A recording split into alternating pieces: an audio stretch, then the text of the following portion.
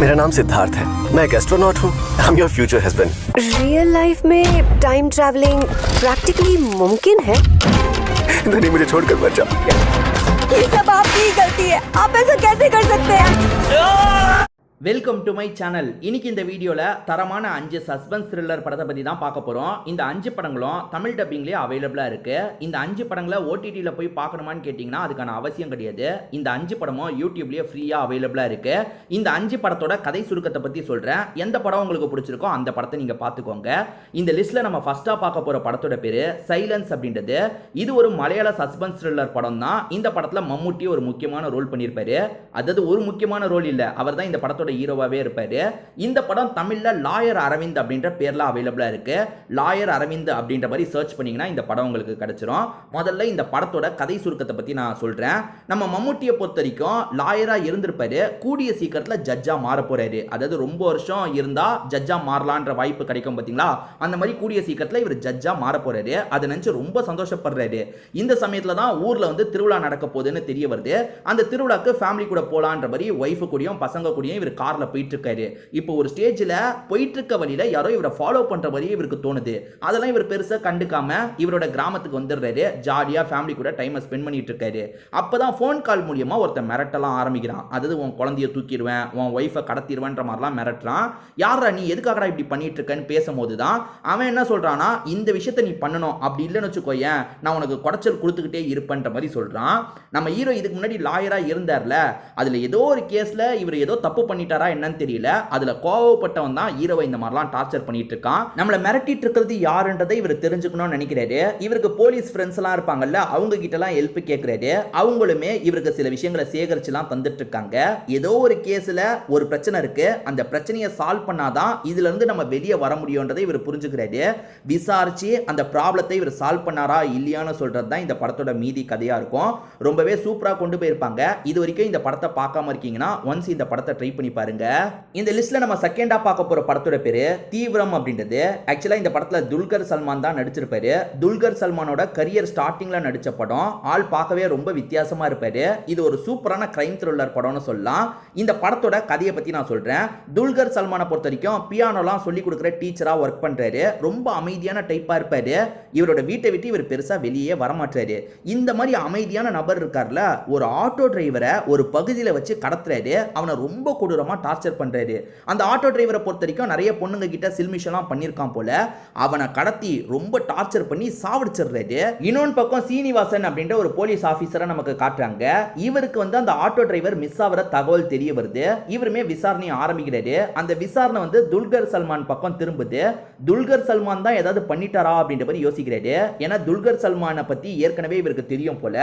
துல்கர் சல்மான் தான் இதை பண்ணியிருக்கான்றதை கண்டுபிடிச்சிடுறாரு. ஆனா துல்கர் சல்மான் இந்த விஷயத்தை பண்ணதை ப்ரூவ் பண்றதுக்கு எதுவுமே இவருக்கு கிடைக்க மாட்டேங்குது. துல்கர் சல்மான் பிளான் பண்ணி தான் இந்த விஷயத்தை பண்ணியிருக்காரு. இப்ப விஷயம் என்னன்னா, துல்கர் சல்மான் எதுக்காக இந்த ஆட்டோ டிரைவரை டார்ச்சர் பண்ணி சாவடிச்சாரு, அவருக்கு அப்படி என்ன நடந்தது, துல்கர் சல்மான் வாழ்க்கையில இருந்த பாஸ்ட் என்னன்னு சொல்றது தான் இந்த படத்தோட மீதி கதையா இருக்கும். ரொம்ப வித்தியாசமான கிரைம் த்ரில்லர் படம்னு சொல்லலாம். இந்த படம் 2012 கிட்ட ரிலீஸ் ஆச்சு. அதனால கொஞ்சம் இந்த படம் வந்து பழைய படமா தான் ஃபீல் ஆகும்.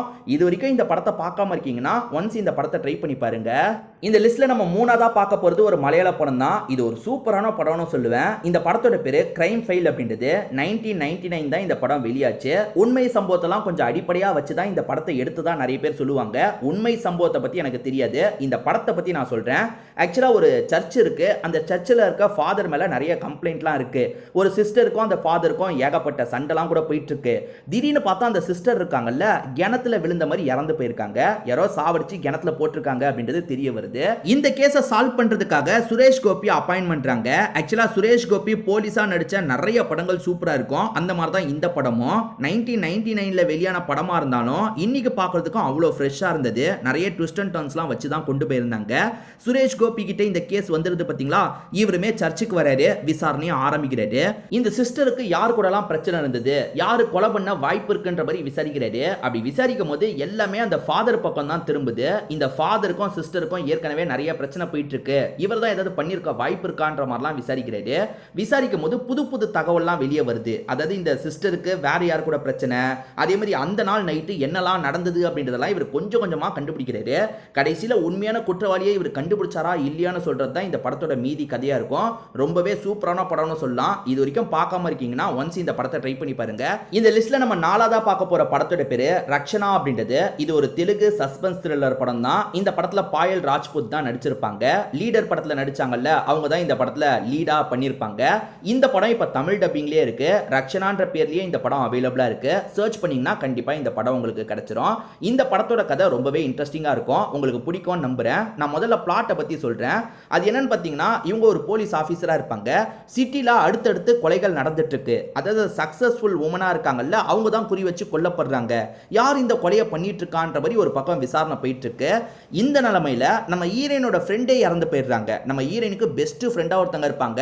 இவங்க போலீஸ் ஆனதுக்கே அந்த ஃப்ரெண்டு தான் காரணம். அவ்வளவு மோட்டிவேட் பண்ணிருப்பாங்க.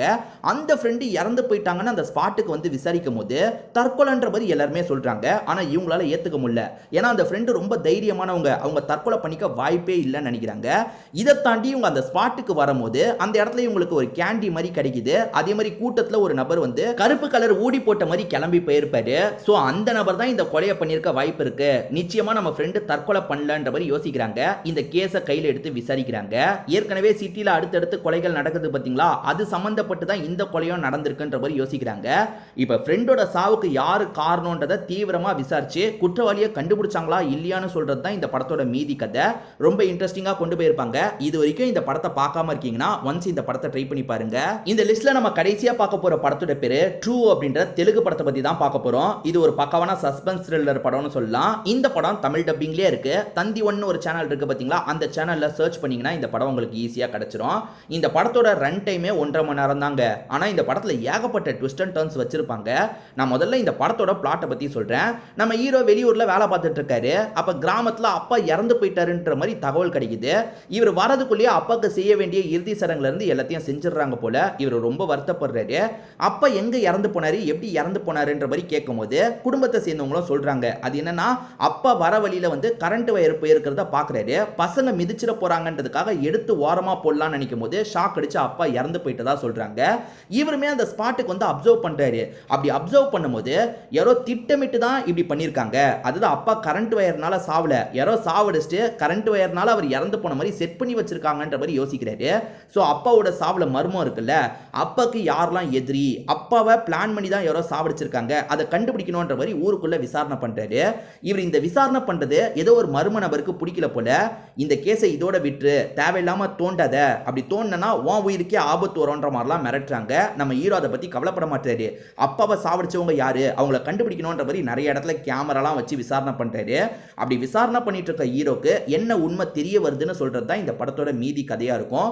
ரொம்ப இன்ட்ரெஸ்டிங்கான படம்னு சொல்லலாம். ஆக்சுவலா பட்ஜெட்லாம் கம்மியா இருக்கிறதுனால மேக்கிங் கொஞ்சம் புவரா இருக்கும். பட் ஓவராலா இந்த படத்தோட கதை நல்லாவே இருக்குங்க. இது வரைக்கும் நீங்க ட்ரை பண்ணாம இருக்கீங்கன்னா இந்த படத்தை ட்ரை பண்ணி பாருங்க.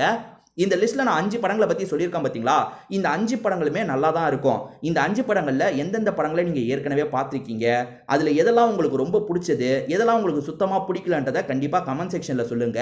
ஏன்னா இந்த வீடியோவை பார்க்குற மற்றவங்களுக்கு அது யூஸ்ஃபுல்லா இருக்க வாய்ப்பு இருக்கு. திரும்பி வேற ஒரு வீடியோல நம்ம பார்க்கலாம்.